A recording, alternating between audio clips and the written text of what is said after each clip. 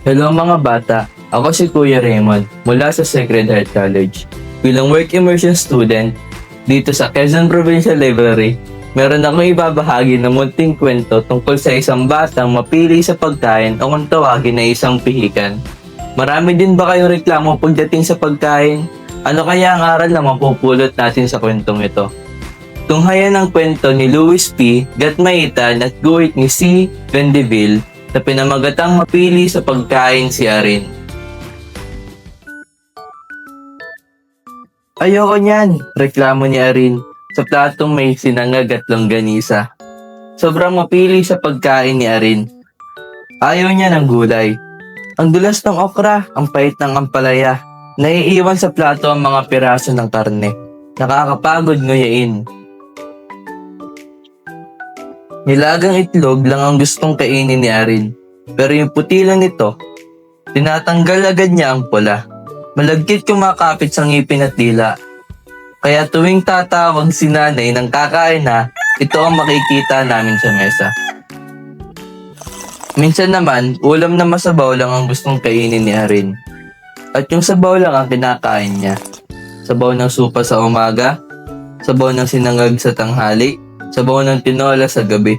Inihahalo niya ang sabaw sa kanin. O baka naman manunod na tayo sa sabaw, biro ni tatay. Nang sumunod na mga araw, panay hotdog naman ang gusto niyang kainin. Tapos naging puro noodles. Tapos naging panay fried chicken. Arin, masama sa katawan ng puro prito, paalala ni nanay. Sa pansit, tinatanggal niya ang lahat ng sahog. Yung bihon lang ang kinakain. Sa spaghetti, tinatanggal niya ang karning giniling. Hotdog at noodles lang ang gusto niya. Sa tinapay, tinatanggal niya kung may pasas na kasama. Peanut butter lang ang gusto niyang palaman. Bakit po si Arin sobrang mapili sa pagkain? Casey, ngayon pa lang kasi tinutuklas ng kapatid mo ang mga pagkain gusto at ayaw niya. Sagot ni nanay. Gaya mo rin dati. Ayaw mo ng lasa ng labanos at atay, di ba? Dagdag niya. Pero ngayon, gusto ko na po ito, inay. Upang matulungang sanayin ang panlasa ni Arin, lalo pong pinasarap ni nanay ang mga luto niya. Mas pinalambot ang karne na inadobo, may dagdag na asukal pa. Ang bango! Nakakatakam, nakakagutom. Naging mas makulay na rin ang pagkain inihahain. May berde, may kahel, may dilaw at may pula. Ang saya! Ang okra at ampalaya, di muna isinama ni nanay sa pinakbit at ginisang gulay. Ang carrots, hinugis bulaklak. Ang patatas, ginawan tatsulok. Ang karne, niliitan ang hiwa.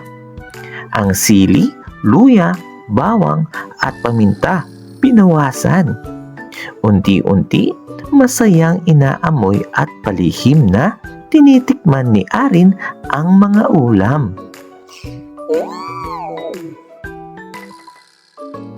Sa pagkainan, may mga paalala kami kay Arin.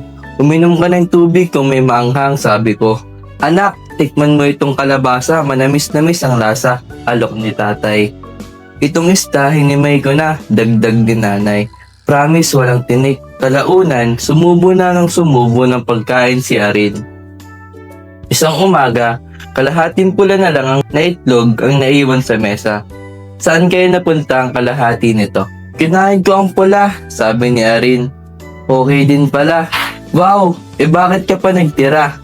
Para sa'yo yan, di ba paborito mo yung pula? Saka inubos ko na rin lahat ng kanin at ulam ko.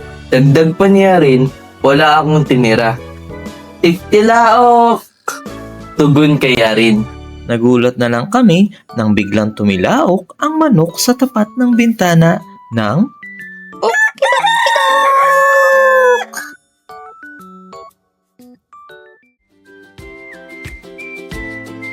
At dito na nagwawakas ang ating kwento mga bata.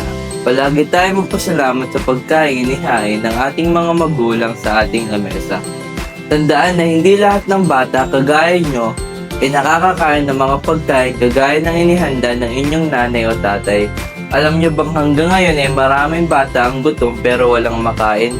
Kaya naman, sanayin natin ang ating sarili na kainin ng pagkain nakahain. at magpasalamat sa Diyos sa biyayang ito. Salamat sa inyong pakikinig mga bata. Hanggang sa muli.